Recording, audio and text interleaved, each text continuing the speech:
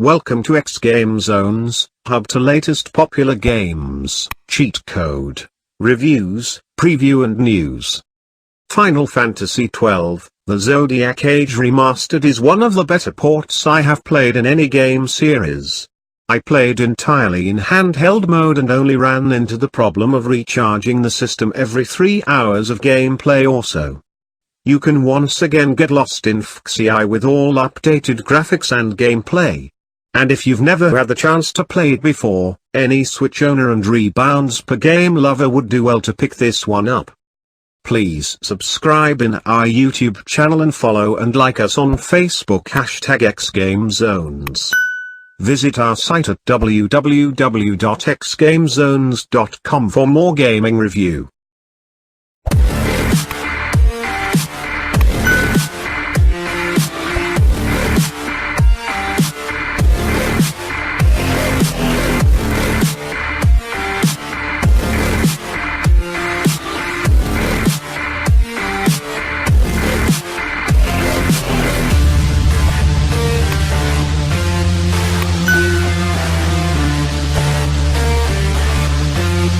Rats, in the sewers, you know you have to take them on to practice.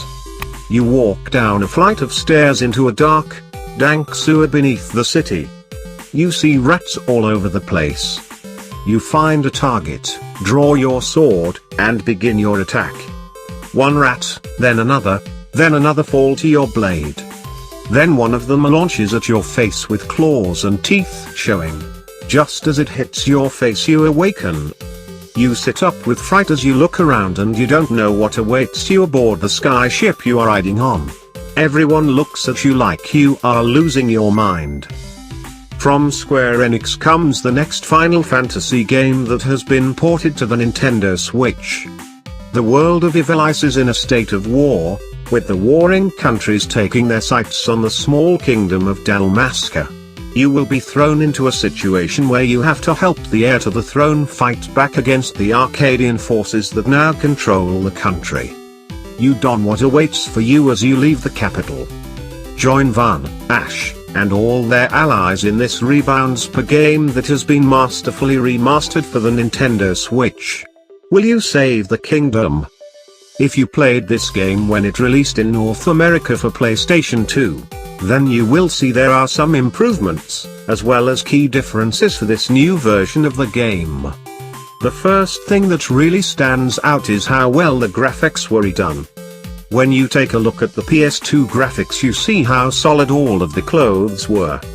Everything was basically painted onto solid objects, and now you can see that it looks like the character models were remade to have clothes that look realistic, at least as realistic as you can get for this game based on its graphical set. Clothing now looks like it matters as it moves as you walk or interact with the world. The next thing you will notice with this version is the change to the license board. In the original release for PlayStation 2 in North America, the license board allowed every character to learn everything from magic to wearing heavy armor. This allowed you to play the game with a feeling of hey, I can do this. Now we get the remastered release for PC, Switch, PS4, and what do we see? We see that these versions have been more stylized after the original Japanese release. The license board is set up with jobs. When you gain a new character you have to pick what job they will have. Be careful, because when you pick a job you are stuck with it for the rest of the game. Choose, but choose wisely, as a wise old knight once said. The good thing is that you can choose a second job for your characters later in the game. There are plenty of sites out there that are dedicated to which classes are the best to pick for each character also. This was a big hurdle for myself. I am used to playing with everything opened up, and available for use.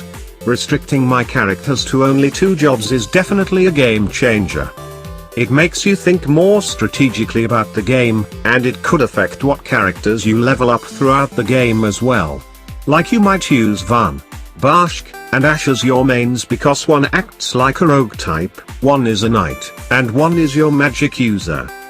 Combat within the world of Ivalice is the same as I remember it. Your characters can free move during combat, and seamlessly transfer from walking around into fighting mode. You can use any of your characters during a battle by using the directional pad to select a new leader. Or you can just choose the directional pad in a different direction to pick the other characters in order to make them use specific attacks while you are still controlling your main character. I am a big fan of turn-based RPGs like Final Fantasy VII, and I like that they kept it mostly turn-based with 12 with only a few changes. Personally, next to 7, 12 is probably one of the most fun stories I have played.